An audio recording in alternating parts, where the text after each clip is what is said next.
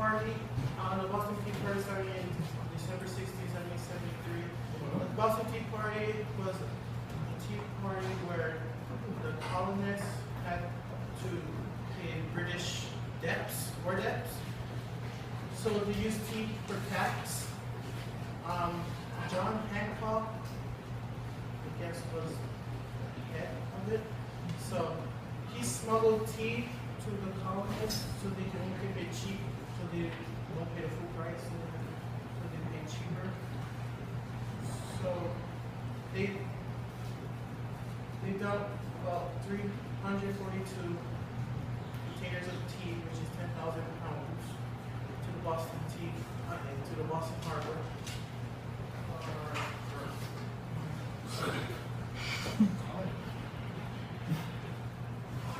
116 people were participating in the Tea Act.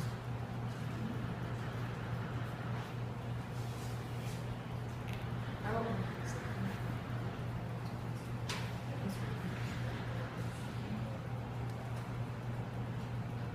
Three ships are all the tea was thrown into the harbor, the masculine doing it.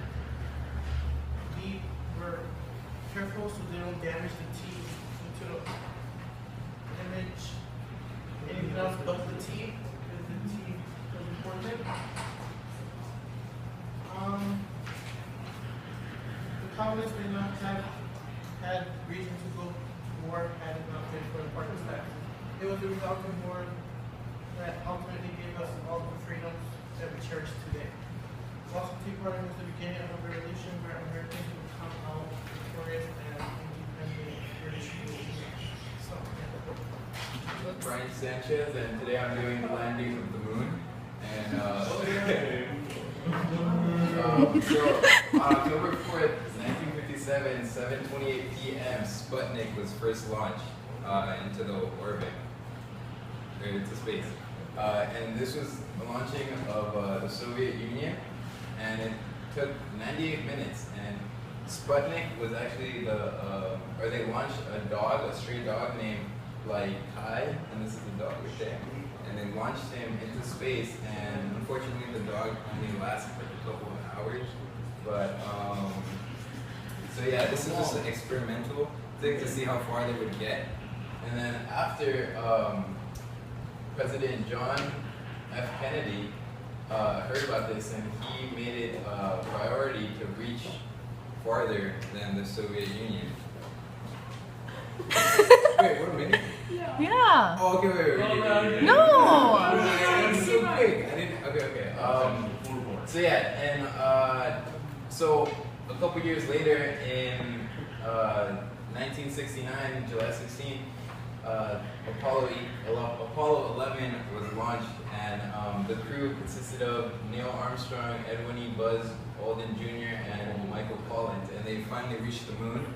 And the first steps were reported on July 20th, 1969, on the moon. And so yeah, and then after that, there was like a series of events between the Soviets and the Americans, and that was the space race. And there was tons of events throughout the whole year, or throughout the years. So if this didn't happen, then I think that America would probably try to deny the fact that the Soviets got there first, and they would try to get to another planet. Yeah, and I did my event or project on the presidency of Abraham Lincoln. So Abraham Lincoln was the 16th president of the United States, and he was in office from 1861 to 1865. So I'm going to just start off with some basic information. He was born on February 12th. 1809, his nickname was Honest Abe. He was a part of the Whig or Republican Party, and he died on April 15, 1865, at the end of his presidency. So right off the bat, when Abraham Lincoln was elected, even before he got to Washington to be sworn in, states were seceding from the Union. So to start off, South Carolina, followed by Mississippi, Florida, Alabama, Georgia, Louisiana, and Texas seceded before leaving out to Washington. And And then after his inauguration, Virginia, Arkansas, Tennessee, and North Carolina also seceded, and these southern states created the Confederacy. And so this is what started the outbreak of the Civil War, and I'm not going to go into that because Braden already did his project on that. But that was, the Union of the Confederacy, and the reason why the Confederates seceded was because Lincoln outwardly explained that he was against slavery. So Civil War was basically all about slavery. And so during the Civil War, he declared the Emancipation Proclamation, which is probably what everyone thinks about when they think of Abraham Lincoln. That was him abolishing slavery in all the rebellious states. So in all the southern states that seceded, slavery was abolished. However, it wasn't in the Union yet, but that was a huge step forward to having African Americans work towards citizenship.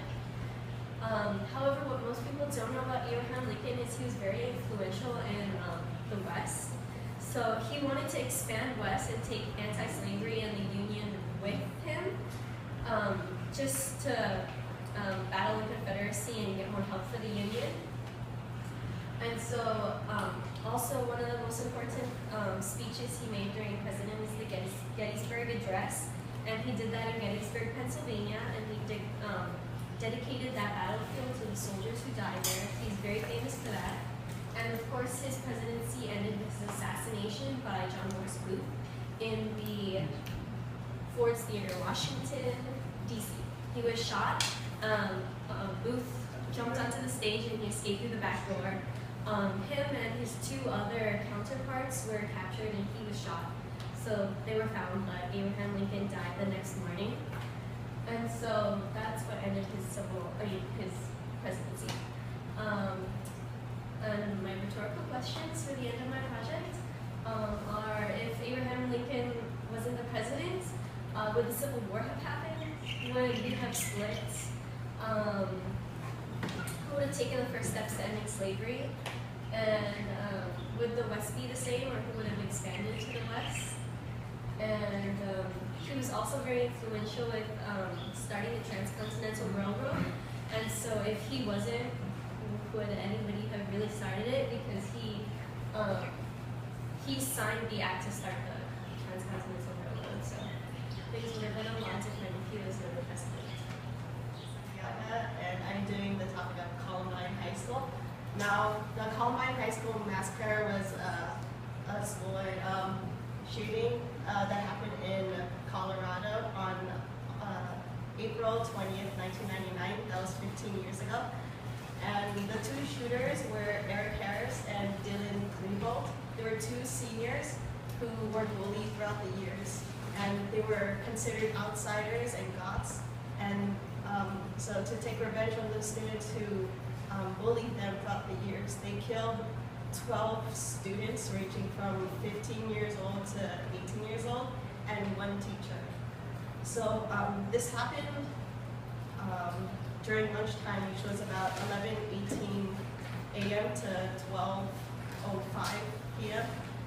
And this happened fairly quickly, but to the students and teachers, it must have felt like a lifetime. So in the beginning, they walked onto the school campus wearing long black trench coats and holding guns, and in a duffel bag they wore guns too, and bombs, propane bombs, and they planted it around the school. Some didn't go off, some went off perfectly like they planned. But the one teacher that died helped the students to get out of the cafeteria, where the two shooters were headed. And so he saved so many lives, yet he lost his own life. And around 12:05 p.m., the two shooters committed suicide in the library above the cafeteria. And then that's when police authorities said that the massacre ended. So there's a memorial dedicated to the 13 victims in Littleton, Colorado, and in Denver, Colorado. And it's made in their honor and in honor of the parents. And the parents of the victims gave word of advice to help the other students to move on and encourage them to try to look into the future and not dwell in the past. And so if this event didn't occur, the word Columbine wouldn't have as much of an impact to us today. Because Columbine was a school-wide shooting, and it wouldn't affect, the word wouldn't affect us as much. But I still believe that school shootings would still occur today. And so it affected American history because it sparked debate over gun control laws and school security, and it opened the eyes of parents, grandparents, guardians of students in high school and in grade school to think about how to treat children, teenagers, and to try not to bully them as much or treat others with respect. And that's the simple message of this